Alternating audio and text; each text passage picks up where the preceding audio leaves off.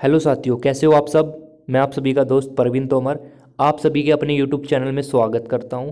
दोस्तों, जैसे कि आप सभी को पता है यार, हम कितने दिन हो गए, लगातार 21 दिन हो गया, आज 21वां दिन है हमारा।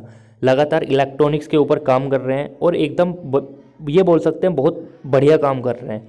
आपका पेपर में एक भी क्वेश्चन नहीं छूटने वाला, ठीक है। आप चाहे कौन सी भी बुक पढ़ो, सारे क्वेश्चन आपके लग जाएंगे, ठीक है। तो दोस्तों, आज हम बात करने वाले हैं, जैसे कि हमने पिछले लेक्चर में डिस्कस करा था हमने फील्ड इफेक्ट ट्रांजिस्टर, उसका ही अब नेक्स्ट लेक्चर है हमारा। उसका पहला टाइप है जे फैट की संरचना, ठीक है। और मैंने दोस्तों, अगर आपको याद हो तो मैंने जे फैट के भी दो प्रकार आपको पढ़ाए थे, दो टाइप पढ़ाए थे। एक तो एन चैनल जे फैट और आपको बताया था एक पी चैनल जे फैट, ठीक है। और दोस्तों, आपको बताना चाहूँगा एन चैनल जे फैट में हम इसकी वर्किंग पढ़ने वाले हैं, आज इसकी वर्किंग करने वाले हैं, और साथ के साथ जितने भी आपके पेपर में आए हुए क्वेश्चन है, बुक के क्वेश्चन है, उसको भी सोल्व करने वाले हैं आज के इस लेक्चर में।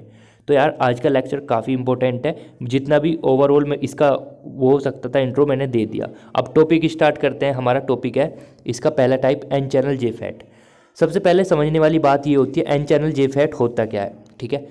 देखो, मैंने आपको अपनी लास्ट वीडियो में बताया था कि एन चैनल जे फैट कैसे बनाते हैं। भैया, मैंने कहा था कि एक आप एन लेना, जो उन सभी चैनल की बात कर रहा है उसको आपको बीच में लेना है।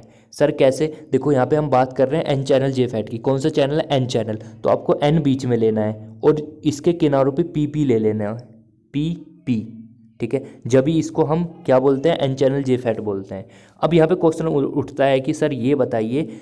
मैंने पूछा हाँ सर, देखो यहाँ पे जो दोस्तों आपको ये ब्लू ब्लू दिख रहा है, ये वाला देखो, मैं जूम करके दिखाता हूँ आपको। ये जो यहाँ पे ब्लू ब्लू आपको चमक रहा है, ये वाला जहाँ पे मैंने अंडरलाइन करा है, ये दोस्तों ओम्य संपर्क होते हैं, ओम्य कॉन्टैक्ट होते हैं। जैसे यहाँ पे भी दिखाई दे रहा होगा आपको, यहाँ पे भी दिखाई दे रहा है, यहाँ पे भी दिखाई दे रहा है। अब हम क्या काम करते हैं दोस्तों, इसकी वर्किंग हम सेम ऐसी पढ़ने वाले हैं। पहले ये छोटी छोटी बात आपको बताना चाहूँगा।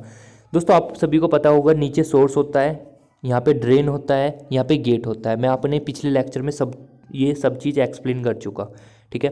अब दोस्तों, जैसे कि मैंने आपको पिछले लेक्चर में भी बताया था कि हमेशा जो सोर्स होता है, हमारा स्रोत होता है, उससे इलेक्ट्रॉन निकलते हैं हमेशा, और वो जाने की कोशिश करते हैं डी की ओर, मतलब ड्रेन की ओर जाने की कोशिश करते हैं। अब देखो, मैंने आपको बताया कि भैया इलेक्ट्रॉन ऐसे चलते हैं सोर्स से ड्रेन की ओर, यानी हम बोल सकते हैं कि जो धारा होगी वो आईडी, मतलब जो धारा की दिशा होती है ना, वो ड्रेन से सोर्स की तरफ होती है धारा की दिशा। यानी हम बोल सकते हैं जो धारा एंटर करती है वो ड्रेन से करती है, ठीक है। काफ़ी अच्छा क्वेश्चन बन सकता है कि भैया बताइए, या एक पहला बेसिक क्वेश्चन जो मैं आपको ऑलरेडी करवा चुका कि चाहे एन चैनल हो चाहे पी चैनल हो, उसमें क्या चीज़ होता है? एक तो ड्रेन होता है, गेट होता है, एक सोर्स होता है। एक क्वेश्चन ये बन सकता है कि भैया ड्रेन में धारा कैसे आती है, मतलब एन चैनल की ओर आती है, एन चैनल से दूर जाती है। तो भैया सिंपल सा क्वेश्चन है, एन चैनल से पास में आती है, ठीक है। ये सब चीज़ ओम्य कॉन्टैक्ट, हम क्या काम करते हैं यहाँ पे ओम्य कॉन्टैक्ट लगा देते हैं। फिर क्या काम करते हैं दोस्तों, हम जो यहाँ पे ये वाला गेट है, देखो आपको पता है यहाँ पे भी गेट होता है ना, ये गेट होता है, तो हम इसको एक कॉमन गेट बना लेते हैं दोस्तों। कॉमन कैसे करते हैं? देखो, इस वाले वायर को मैं ऐसे उठा के इसके ऊपर ऐसे मिला दूंगा, इन दोनों वायर को। इससे क्या होगा, ये वाला गेट और ये वाला गेट आपका उभयनिष्ठ गेट बन जाएगा दोस्तों। उभयनिष्ठ गेट बनने का फ़ायदा ये होगा दोस्तों, अभी बताऊंगा आपको। अच्छा, अब हम क्या काम करते हैं, अब कुछ बच्चों के मन में क्वेश्चन उठ रहा होगा कि सर आपने ये ऐसे क्यों बनाया ऐसे। देखो, इसका बनाने का मतलब यही है भैया कि ये दोनों वायर आपस में टच नहीं है कहीं भी। जैसे एक वायर ऐसे होता है ना, इसके ऊपर उठा के ऐसे रख देते हैं, तो वही वाली कंडीशन हमने यहाँ पे अप्लाई कर रखी है। चलिए, तो इसका ये समझ में आ गया होगा। और दोस्तों, आपको बताना चाहूँगा, चाहे आपका एन चैनल जे फैट हो चाहे आपका पी चैनल जे फैट हो, उसमें कॉमन चीज़ यही होती है कि भैया ड्रेन करंट होता है वो ऐसे ही आता है, उसमें इलेक्ट्रॉन भी ऐसे ही जाते हैं। सबसे कॉमन बात तो यही होती है इसके अंदर। और जो आपको चेंज देखने को मिलेगा दोस्तों, वो आपको पी यहाँ पे मिल जाएगा, एन यहाँ पे मिल जाएगा। तो ये ज़्यादा, इसमें ज़्यादा फर्क नहीं होता, ठीक है। चलिए, इसका प्रतीक चिन्ह की अगर हम बात करें स्टूडेंट्स, तो प्रतीक चिन्ह कुछ इस टाइप का बनकर आता है इसका प्रतीक चिन्ह। अब कुछ बच्चों के मन में क्वेश्चन उठेगा कि सर ये ऐसे ऐसे कैसे बना दिया आपने। देखो, यहाँ पे ये होता है, ठीक है, और यहाँ पे एक ड्रेन होता है, यहाँ पे एक सोर्स होता है, ये गेट होता है। तो इसमें जो करंट होता है ना दोस्तों, वो करंट होता है वो गेट से बाहर की ओर जाता है, ठीक है। गेट के अंदर नहीं आता, मतलब गेट से अंदर की ओर, ठीक है। देखो अंदर तो ये तो जा रहा है अंदर को, तो यहाँ पे भी एक बेसिक क्वेश्चन बन सकता है कि बताइए प्रतीक चिन्ह कैसा होता है, तो ऐसा बनता है इसका प्रतीक चिन्ह। अगर दोस्तों आप चाहो तो एनपीएन, जैसे हम एनपीएन में बनाते हैं ना, एनपीएन की जैसे मैंने आपको प्रतीक चिन्ह बनवाया था, ऐसे सेम बनता है। देखो ये आपका, देखो ये आपका एन, ये आपका पी, ये एन। तो मैंने कहा था भैया कि इसमें जो होता है ना ट्रांजिस्टर जो सिंपल होते हैं, उनमें कैसे कैसे करंट बहता है बता सकता है कोई? हाँ जी, सबको पता है। तो इस वजह से यार ऐसे ही करते हैं इसमें, ठीक है, समझ में आ गया? ओके, चलो इसका प्रतीक चिन्ह ऐसा बनता है। चलिए आगे बढ़ते हैं भैया। अब हम बात करते हैं पी चैनल जे फैट के बारे में दोस्तों, पी चैनल जे फैट के बारे में। अब कुछ बच्चों के क्वेश्चन उठेगा, भैया पी चैनल जे फैट क्या होता है? अरे वही होता है जो भी बताया। क्या होता है भैया? पी बीच में होगा, साइड में एन हो जाएगा, और ये हमारा गेट होता है यहाँ पे, और यहाँ पे भी गेट। तो हम क्या काम करते हैं, दोनों गेटों को कॉमन कर देते हैं, ठीक है, जिससे हमें कोई प्रॉब्लम ना मिले, ठीक है।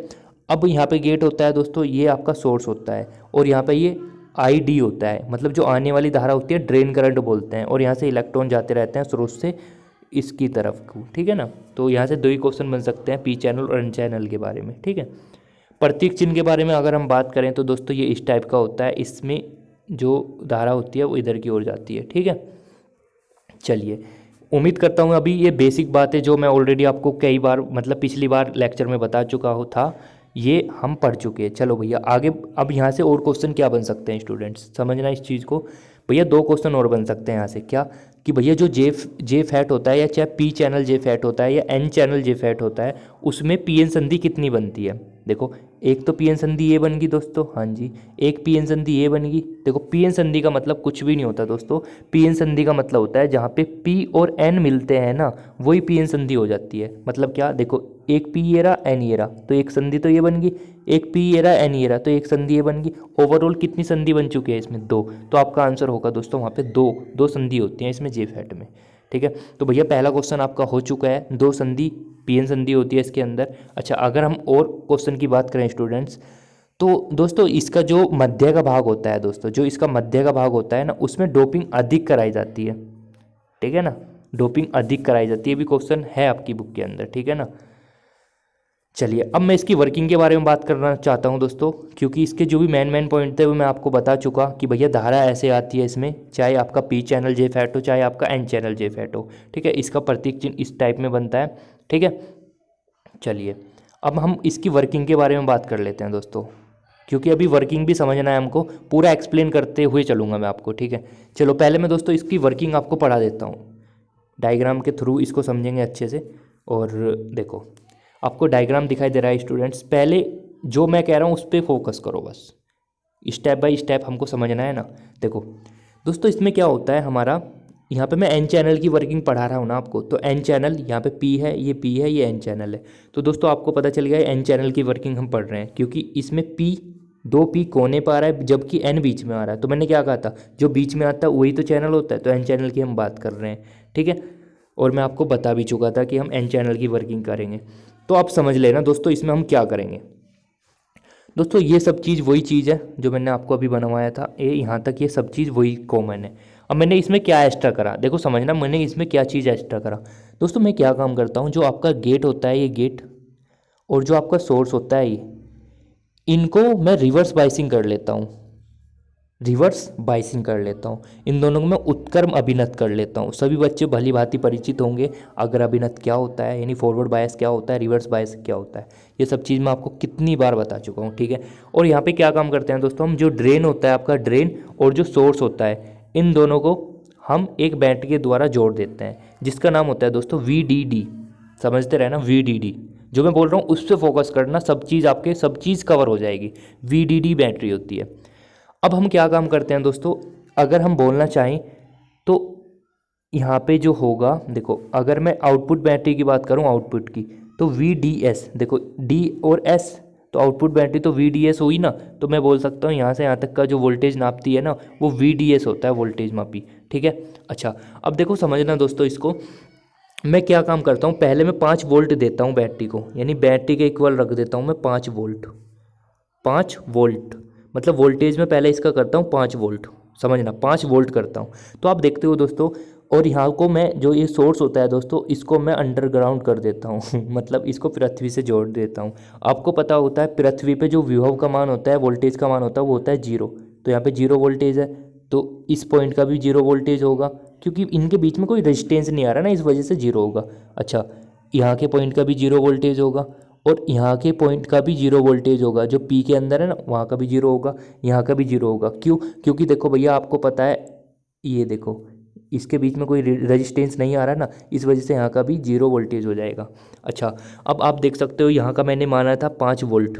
आप कुछ भी मान सकते हो अपनी मर्जी से, क्योंकि मुझे समझाना है इस वजह से मैंने 5 ले लिया। आप 6 ले सकते हो, 10 ले सकते हो, कितना भी ले सकते हो, ठीक है। तो मैं क्या काम करता हूँ दोस्तों, 5 वोल्टेज यहाँ पे इसके बराबर कर देता हूँ। तो मैं देखता हूँ इस वाले पॉइंट का भी वोल्टेज 5 रहेगा, क्योंकि बीच में कोई रेजिस्टेंस नहीं आ रहा, ठीक है। तो अब आप यहाँ पे देखते हो कि इस वाले पॉइंट का वोल्टेज है 5 वोल्ट, जो यहाँ पे था। अब समझने वाली कहानी स्टार्ट होती है अब यहाँ से। दोस्तों हम क्या देखते हैं कि जैसे जैसे, समझना, जैसे जैसे हम ड्रेन से, देखो क्वेश्चन बनेंगे बहुत बेहतरीन बेहतरीन।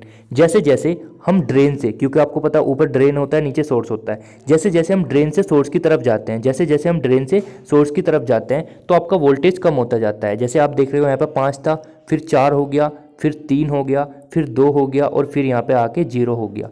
यानी हम बोल सकते हैं जैसे जैसे हम ड्रेन से सोर्स की तरफ जाते हैं तो हमारा वोल्टेज कम हो जाता है। और दोस्तों जैसे कि आप सभी को पता है, ये हमारा फॉरवर्ड बायस है, यानी VGS। VGS हमारा क्या है? फॉरवर्ड बायस है। फॉरवर्ड बायस का मतलब आपको पता है बहुत अच्छे से कि भैया फॉरवर्ड बायस में जो अवक्षय परत होती है ना, अवक्षय परत की चौड़ाई कम हो जाती है, सभी बच्चों को पता है। कम नहीं होती सर, बढ़ जाती है। हाँ, बढ़ जाती है, ठीक है ना। कम तो सर अग्राभिनत में होती है, ठीक है। अवक्षय परत की चौड़ाई क्या हो जाती है सर? बढ़ जाती है। इतनी बात सबको पता है, बेसिक नॉलेज की बात है। पहला क्वेश्चन तो हो गया कि बताइए, जब ड्रेन से, देखो जब वोल्टेज ड्रेन से सोर्स की तरफ आता है तो वोल्टेज बढ़ता है घटता है? सभी बच्चों को बता देंगे कि भैया वोल्टेज घटता है। और वोल्टेज के घटने से समझना दोस्तों, वोल्टेज के घटने से दोस्तों क्या होता है, समझना थोड़ा सा दोस्तों। वोल्टेज के घटने से यहाँ पे क्या होता है, जैसे जैसे हमारा वोल्टेज घटता जाता है, ठीक है, एक सेकंड। अच्छा, जैसे जैसे हमारा वोल्टेज घटता जाता है, और हमको पता है ये हमारा उत्क्रम अभिनत है, तो दोस्तों हमारा जो अवक्षय परत है ना, उसकी चौड़ाई बढ़ती जाती है।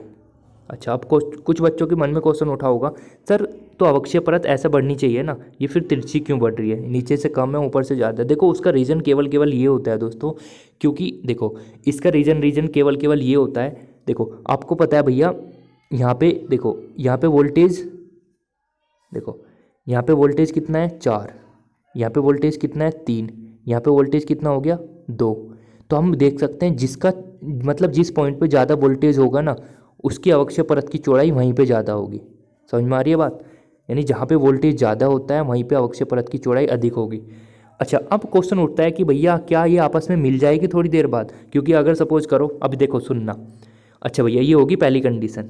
पहली कंडीशन होगी 5 वोल्ट की। भैया अगर सपोज करो मैं और इसका वोल्टेज और बढ़ा दूँ थोड़ा, सपोज करो मैंने थोड़ा सा वोल्टेज और बढ़ा दिया, मैंने कहा चलो ठीक है 8 वोल्ट कर दिया मैंने।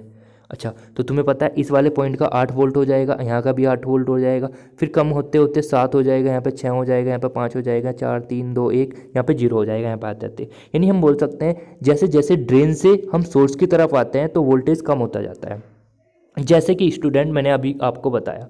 अच्छा, अब आप देखते हो कि भैया हमने वोल्टेज को बढ़ा दिया था, 8 वोल्ट कर दिया था, तो यहाँ पे देखो वैल्यू 7 होगी। इसका मतलब क्या, यहाँ से फिर अवक्षय परत फिर दोबारा बढ़ जाएगी, फिर दोबारा बढ़ जाएगी। पर हम जैसे जैसे इस वोल्टेज को बढ़ाते रहेंगे बढ़ाते रहेंगे, पर दोस्तों आपको लगेगा कि भाई थोड़ी देर बाद ये मिल जानी चाहिए, ऐसे ऐसे मिल जानी चाहिए, और इसमें कोई धारा बहनी नहीं चाहिए, है ना, कोई धारा नहीं बहनी चाहिए। ऐसी होता है, देखो समझना, ऐसी होता है, मतलब धारा शून्य हो जाती है एक समय के लिए, धारा ये शून्य हो जाती है दोस्तों। जो ड्रेन करंट होता है, इसमें जो ड्रेन करंट होता है वो शून्य हो जाता है एक टाइम के लिए। अब कुछ बच्चों के मन में क्वेश्चन उठेगा कि भैया जब तुम कह रहे हो ये मिल जाती हैं, तो मिलती हैं ये सच में ही? देखो समझना है, ये मिलती नहीं है कभी भी। क्यों नहीं मिलती भैया? क्योंकि भैया इसमें क्या होता है आपको पता है, ये हम एन चैनल की बात कर रहे हैं, तो एन चैनल में आपको पता है निगेटिव नेगेटिव नेगेटिव नेगेटिव और निगेटिव नेगेटिव, और निगेटिव के कारण इसमें बहुसंख्यक आवेश वाहक कितने होते हैं?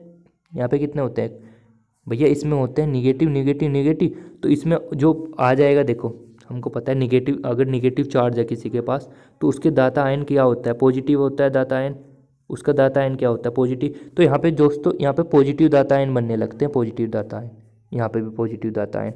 और आपको पता है प्लस प्लस आवेश जो होते हैं क्या करते हैं? एक दूसरे को रिपल करते हैं। मतलब अगर ये मिलने की कोशिश भी कर रहे होंगे ना दोनों अवक्षय परत, तो ये मिल नहीं पाती, क्योंकि यहाँ पे पॉजिटिव पॉजिटिव फोर्स लग रहा होगा, ठीक है, रिपल फोर्स लगता है ना, इस वजह से कभी मिलती नहीं है। ठीक है भाई, ये थी भैया इसकी पूरी स्टोरी। समझ में आई बात?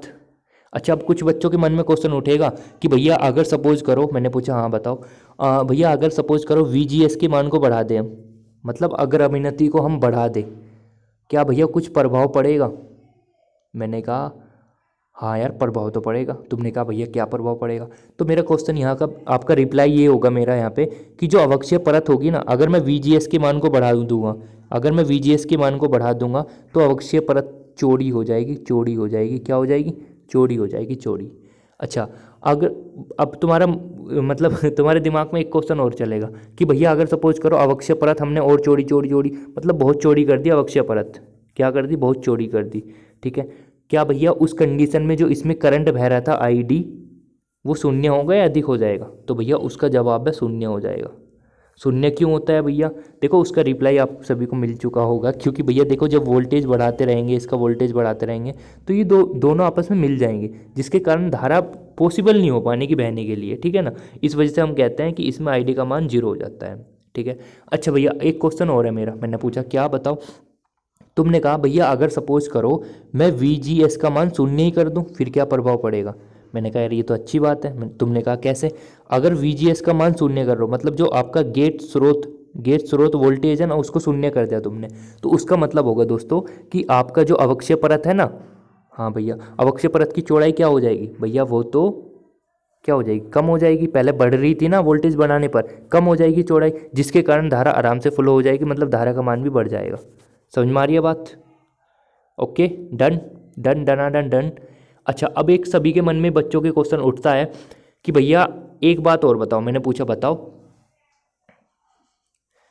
मैंने पूछा बताओ। तुमने कहा कि भैया अगर सपोज करो कि अगर मैं GS जो आपका VGS है इसको उत्क्रम अभिनत में लगाऊं, मैंने कहा ये तो उत्क्रम अभिनत में ही तो लगा हुआ है। तुमने कहा चलो भैया अगर मान लो हम उत्क्रम अभिनत में लगा रखा है जैसे तुमने, तो भैया इससे कुछ इफेक्ट पड़ता है? तो मैंने कहा यार इससे पता क्या इफेक्ट पड़ता है, इससे विद्युत क्षेत्र ज़्यादा हो जाता है।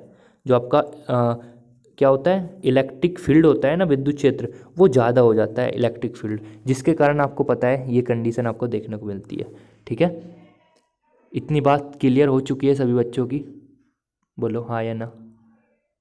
ठीक है, अब देखो एक पॉइंट और समझ लेना, फिर आपका ये टॉपिक कंप्लीट हो जाएगा दोस्तों। दोस्तों एक बात और समझ लेना, अगर सपोज करो देखो VDS का वह न्यूनतम मान जो आपका VDS नहीं, VDD, ये आपका VDD है ना, VDD का वह न्यूनतम मान, मतलब वह सबसे, मतलब कम से कम वह मान, यानी VDD का कम से कम वह मान जिस पर जो आपकी ड्रेन धारा है ना, वो बोल सकते हैं कांस्टेंट हो जाती है, उसको बोलते हैं दोस्तों हम क्या बोलते हैं? पिंच ऑफ वोल्टेज बोलते हैं हम उसको। समझना एक बार और, मतलब मैं बोलना चाहता हूँ VDD का वह न्यूनतम मान जिसके लिए जो आपका D है ना, ID करंट है, ड्रेन धारा, वो कांस्टेंट हो जाए ना, उसको बोलते हैं दोस्तों हम पिंच ऑफ वोल्टेज। ठीक है दोस्तों, इतनी बात समझ में आती है सभी के? चलो अब मैंने पढ़ा दिया पूरा, अब आप पढ़ लेना। एक पॉइंट और रह गया इसमें, छोटा सा पॉइंट, कि जो फैट होता है ना, FET का निवेशी प्रतिरोध जो होता है 100 मेगा ओम की कोटि का होता है। ये पॉइंट और एक्स्ट्रा था क्योंकि यहाँ पे थोड़ा यूज नहीं हुआ ये वाला पॉइंट, तो इस वजह से अलग से लिख दिया ये वाला पॉइंट, ठीक है। चलो दोस्तों, ये जितना भी हो सकता था मैंने समझा दिया। अब इसका एक ग्राफ समझ लेना आप सभी, छोटा सा ग्राफ है। देखो अगर दोस्तों अगर हम ID और VDD के बीच में ग्राफ खींचना चाहें, तो आप सभी को पता है दोस्तों कि क्या होता है, आप सभी को पता है कि जैसे जैसे हम क्या काम करते हैं दोस्तों, वोल्टेज बढ़ाते हैं। इसका मतलब जैसे जैसे हम वोल्टेज बढ़ाते हैं, क्योंकि आपने देखा होगा पहले मैंने वोल्टेज 4 करा था, फिर 8 कर दिया था, फिर बीच में कुछ और करा था, मतलब जैसे जैसे हम वोल्टेज बढ़ाया, तो आपको पता है मतलब वह न्यूनतम मान होता है जिस पर जो आपकी करंट होती है ना, करंट वो कांस्टेंट हो जाती है। कांस्टेंट तो होगी ना, कांस्टेंट का मतलब एक रेखा में गति करती है, उसे कांस्टेंट ही तो कहते हैं। अब देख, ये वाला जो पॉइंट होता है ना, ये वाला जो पॉइंट प्राप्त होता है उसको बोलते हैं, क्या बोलते हैं दोस्तों, बताना, बताओ। पिंच ऑफ वोल्टेज बोलते हैं। वीपी का मतलब है पिंच ऑफ वोल्टेज। और मैंने आपको बताया था अभी इसकी डेफिनेशन, पिंच ऑफ वोल्टेज वो वोल्टेज होता है, कम से कम वो वीडीएस का वह न्यूनतम मान होता है दोस्तों, वीडीएस का वह न्यूनतम मान होता है दोस्तों जिस पर जो आपकी ड्रेन धारा है ना वो कांस्टेंट हो जाती है। तो देखो न्यूनतम मान पर कांस्टेंट होगी नहीं होगी। तो अब देखो, अब तुम कहोगे भैया ये बना रखा, दूसरा क्यों बना रखा, तीसरा। देखो अगर मैं अलग अलग वैल्यू की बात करूँ, जैसे मैंने वहाँ पे वैल्यू चेंज करी थी, यहाँ पे मैं 3 करता हूँ, -2 करता हूँ, 0 करता हूँ, तो अलग अलग वैल्यू प्राप्त होगी कांस्टेंट मानों की। ठीक है भाई, चलो बस यही था इसमें टॉपिक, छोटा सा, और कुछ नहीं था इसमें एडवांस लेवल का। ठीक है भाई, बस ये देखो मैंने लिख रखा है सब चीज़ जो आप मैंने पढ़ा है। पिंच ऑफ वोल्टेज क्या होता है, वह न्यूनतम मान होता है जिसमें ये धारा कांस्टेंट होती है। ठीक है, और एक एक चीज़ और ध्यान रखना दोस्तों, जो आपका पिंच ऑफ वोल्टेज होता है ना, एक सेकंड, जो आपका पिंच ऑफ वोल्टेज होता है दोस्तों, उसमें वीजीएस का मान शून्य होता है, शून्य। मतलब जो इधर बैटरी लगी हुई थी ना साइड में, जो अब मैंने कहा था उत्क्रम अभिनत में लगी होती है, इसका मान दोस्तों शून्य हो जाता है पिंच ऑफ वोल्टेज की कंडीशन में। ठीक है ना। एक चीज़ और समझ लेना, ये होता है दोस्तों cut gate source cut off voltage. मतलब मैंने कहा था गेट जीएस, गेट सोर्स का कट ऑफ वोल्टेज, ये क्या होता है। देखो मैंने कहा था कट ऑफ वोल्टेज, मतलब मैंने कहा था अगर भाई मैं इस वोल्टेज को बढ़ाता रहूँ बढ़ाता रहूँ बढ़ाता रहूँ, मैंने कहा था ना इधर जीएस वोल्टेज था जो, मैंने कहा था इसको अगर मैं बढ़ाता जाऊँ तो मैंने कहा था आईडी का मान शून्य हो जाएगा। और इस कंडीशन में हम बोल सकते हैं चैनल बंद हो भी सकता है, बंद भी हो सकता है इस वाली कंडीशन में चैनल। ठीक है, और इस कंडीशन में एक फॉर्मूला निकल के आता है VGS ऑफ, ठीक है, मोड के अंदर होता है, मतलब अगर निगेटिव वैल्यू भी आती है तो पॉजिटिव हो जाती है, इजिकल टू VP के बराबर होता है। ठीक है, चलो एक फॉर्मूला और याद रखना बस, यहाँ से क्वेश्चन बन सकता है, पेपर में भी आ चुका है यहाँ से क्वेश्चन, इसका फॉर्मूला निकल के आता है डेरिवेशन से। ठीक है ना, चलो इतना पढ़ते हैं आज।